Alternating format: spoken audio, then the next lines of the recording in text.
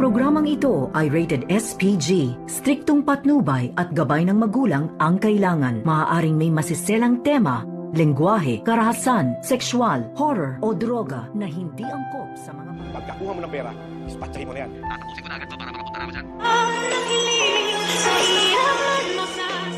Narito na nga ang ating pagkabangan mamaya sa abot kamay na pangarap.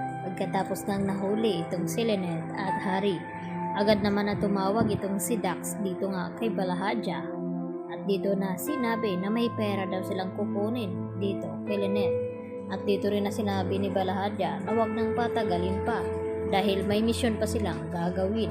At ito na nga ang makuha itong pera na dala ngayon ni Doc RJ. At palihim naman na nakikinig itong si Lynette sa pinag-usapan ni Dax at sa kabilang linya ng telepono.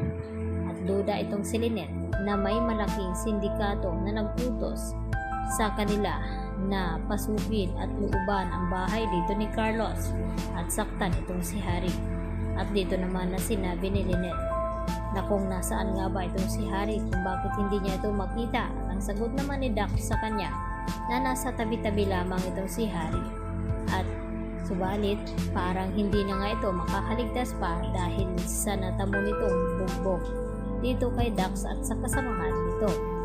Samantala, pinadala na nga dito kina RJ at Giselle at nabutan nga ni Annalyn itong video na binubuhusan nga ng tubig itong si Don Pepe.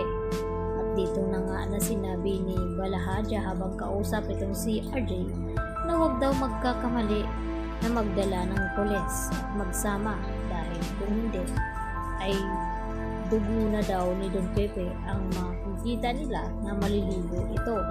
At dito naman na sinabi ni RJ na dahil hawak na daw niya ang malaking pera kung saan daw sila magkikita. Dito naman na sinabi ni Balahadja na itatawag na lamang niya kung saan lugar sila magkikita ni RJ. At siguraduhin lamang na mag-isa ito pupunta roon. Labis naman ang pag-aalala dito ni Annalyn at ganun din itong si Giselle dahil alam nila na mapanganib itong gagawin ni RJ kapalit ni Don Pepe na pera nga na 10 milyong pesos. At tuwang-tuwa naman itong si Moira habang nakikinig sa pinag-usapan ni RJ at Balahadja dahil lang sa ganun ay mapagkapirahan pa nila ang matanda bago nila tapusin dahil wala naman talaga silang balak na pakawalan ito dahil baka sasabit itong si Moira at masabi sa kanila ang sikreto na pinanghawakan nga dito ng matanda, lalo na itong sikreto ni Zoe. Kaya ang ginawa ni Moira, agad na sinunog itong DNA test ni Zoe at kung saan nagpapagawa ng laboratory test itong si Don Pepe. At bumubulong itong si Moira na wala na daw makakaalam pa sa kanilang sikreto at kahuli-hulihan na daw itong si Don Pepe na makakaalam na hindi nga tunay na anak ni RJ itong si Zoe. Lalo pa ngayon na may binabala nga silang masama dito. Kaya yan naman ang ating pagkatutukan dahil kung makakaligtas pa nga ba itong sina Harry at ito nga si Don Pepe sa critical na sitwasyon. Lalo na ngayon na tila si Carlos pumapanig at kakampi na nga dito ni Zoe.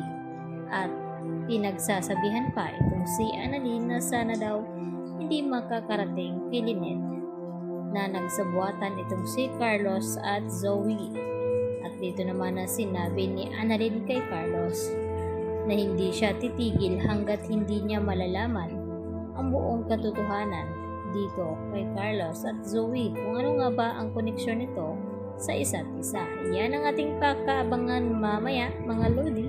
Dito lamang yan sa abot kamay na pangarap.